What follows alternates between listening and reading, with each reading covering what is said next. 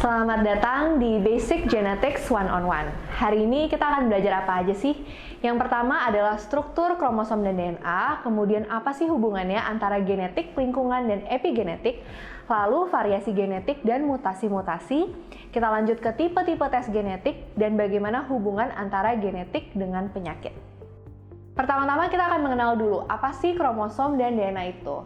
DNA adalah singkatan dari deoxyribonucleic acid.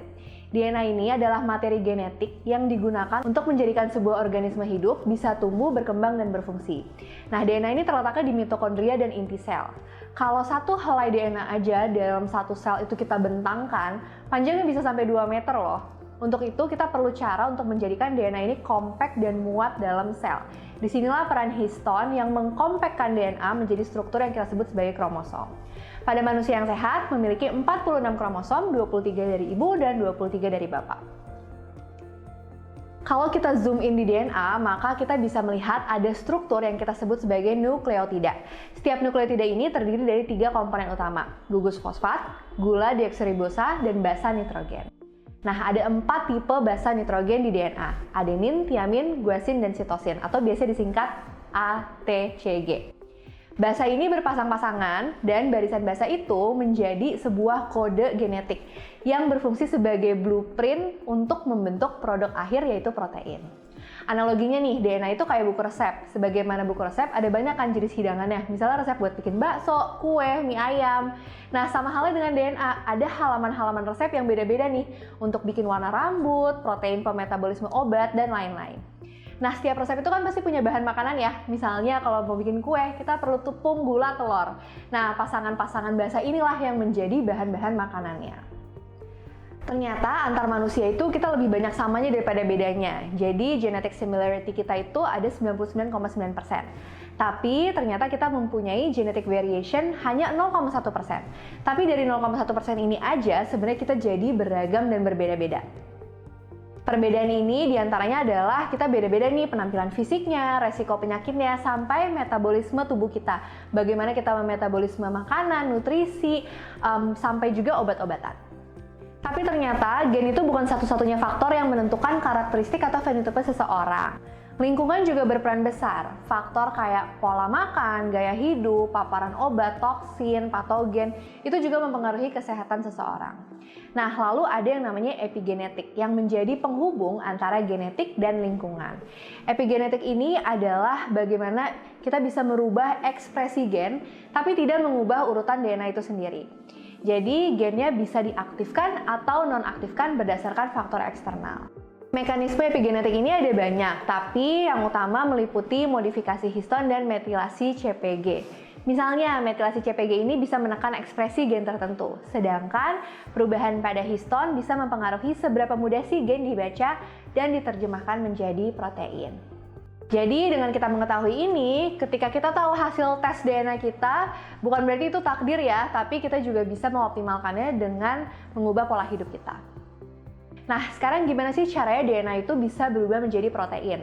Proses ini kita kenal dengan konsep yang namanya Central Dogma of Molecular Biology. Jadi di Central Dogma ini menggambarkan alur informasi genetik dari DNA sampai menjadi protein. Langkah pertama adalah replikasi DNA. Jadi sebelum sel membelah, DNA ini harus digandakan melalui proses replikasi yang terdiri dari 3 tahap utama. Ada inisiasi, elongasi, dan terminasi.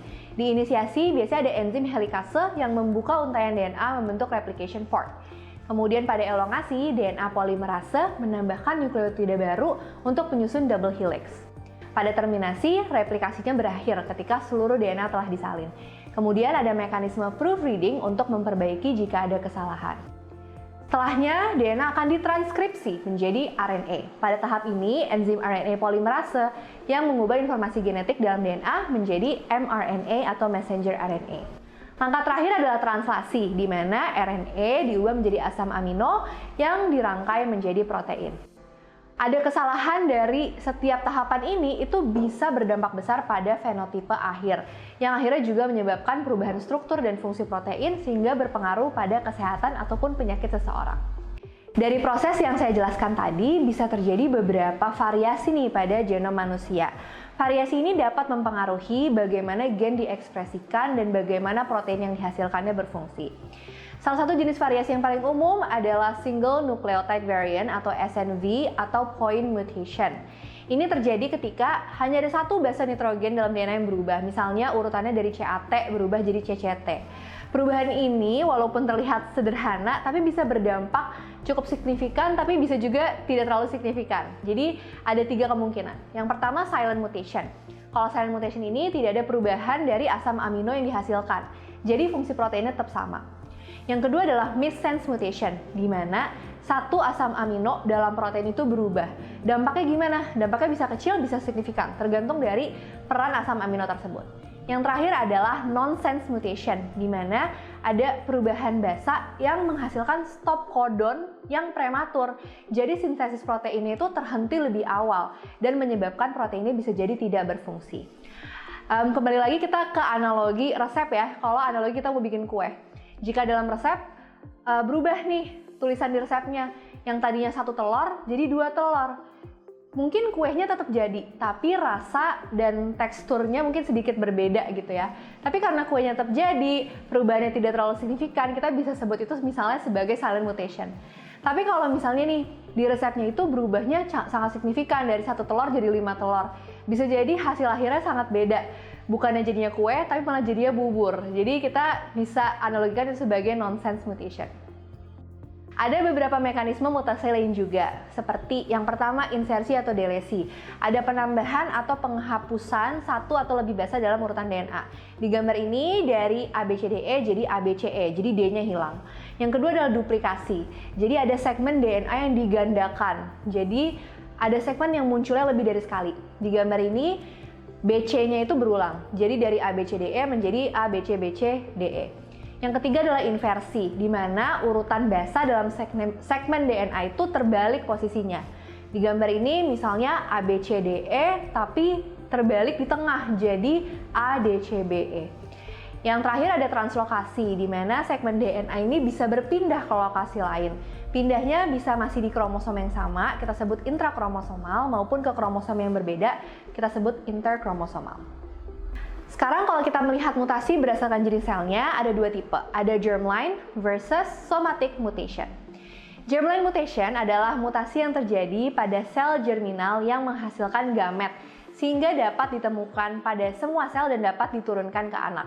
Sedangkan pada somatic mutation terjadi pada sel yang sangat spesifik, contohnya cuma sel otot atau sel kulit, sehingga somatic mutation ini tidak bisa diturunkan ke anak. Sekarang kita bahas tipe dari tes genetik yuk. Pertama kita bahas dari segi penggunaan dulu. Ada tes diagnostik untuk tujuannya konfirmasi diagnosis ataupun memonitor prognosis dan respon obat. Yang kedua, tes genetik bisa juga dilakukan untuk tes prediktif atau predisposisi. Biasanya kita mau mengidentifikasi nih resiko penyakit pada seseorang. Contohnya kita cek untuk BRCA1, BRCA2 untuk melihat resiko kanker payudara. Fungsi yang ketiga adalah carrier testing. Biasanya dilakukan untuk pasangan yang ingin mengetahui resiko menurunkan suatu penyakit ke anaknya. Yang keempat adalah preimplantasi dan prenatal test, yang dilakukan untuk melihat apakah ada kelainan genetik pada anak bayi yang masih dalam kandungan.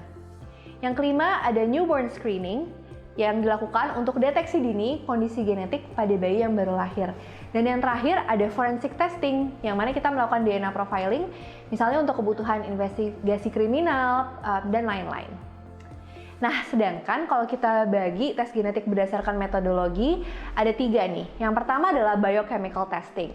Kalau biochemical testing, kita sebenarnya yang dilihat adalah analisis dari produk metabolik atau enzim yang dihasilkan dari gen tersebut. Contohnya, kita mau lihat tes enzimatik untuk mendeteksi enzim tertentu pada pasien-pasien fenilketonuria. Yang kedua adalah cytogenetic testing, di mana kita menganalisa kromosom secara keseluruhan, baik dalam jumlah maupun struktur. Dan yang ketiga, metode yang paling presisi adalah molecular testing, karena kita langsung menganalisis urutan DNA-nya. Tes ini bisa mendeteksi mutasi pada tingkat gen individu hingga seluruh genom. Ini yang digunakan di Nala Genetics.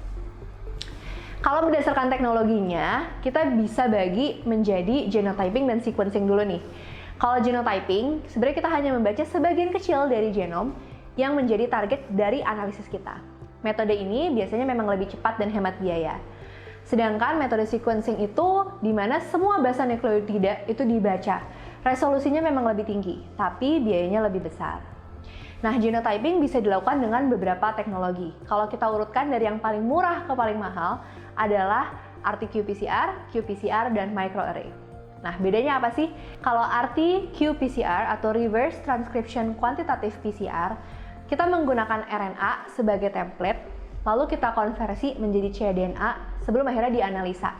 Contohnya, ini digunakan ketika kita mau deteksi virus SARS-CoV-2 pada penyakit COVID-19. Yang kedua, untuk qPCR atau Quantitative PCR, kita menganalisa DNA secara kuantitatif dengan mendeteksi jumlah salinan DNA dalam sampel. Biasanya digunakan untuk deteksi Mycobacterium tuberculosis. Yang ketiga, microarray. Kita menggunakan chip DNA untuk menganalisa ratusan hingga ribuan variasi genetik sekaligus.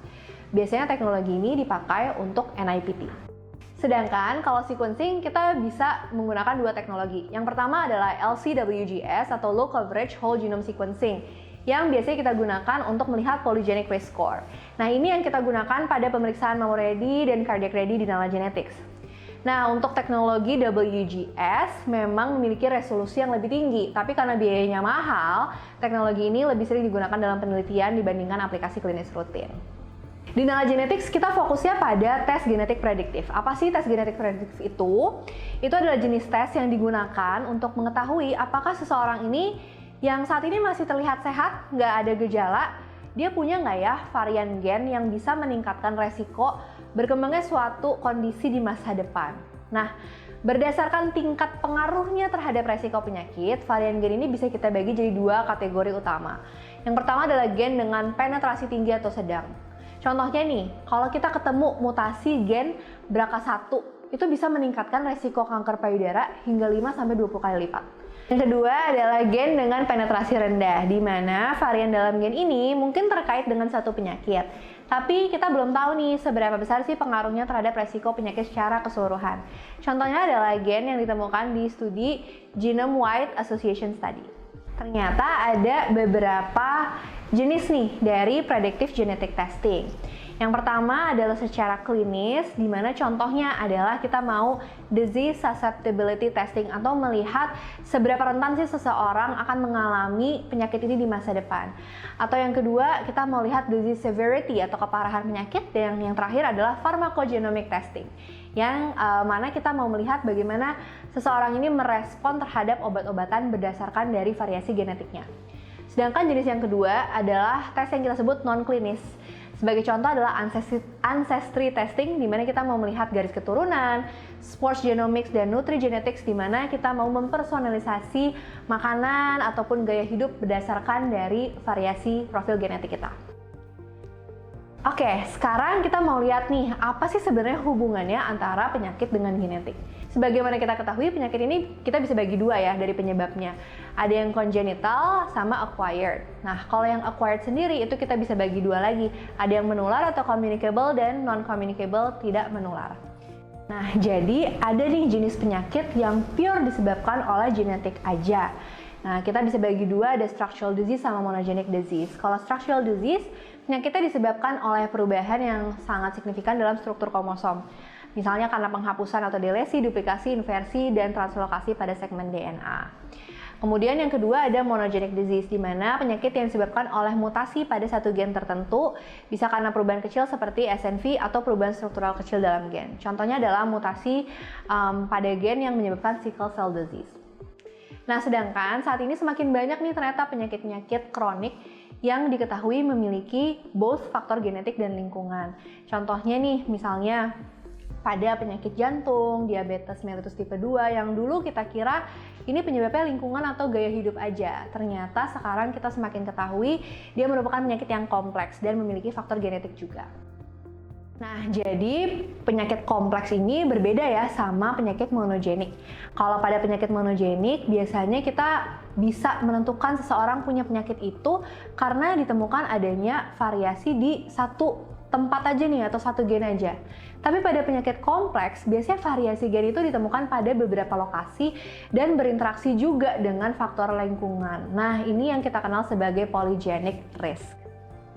Sekian pengenalan mengenai dasar dari tes genetik. Pada modul selanjutnya, kita akan membahas implementasinya pada praktik klinis. Terima kasih.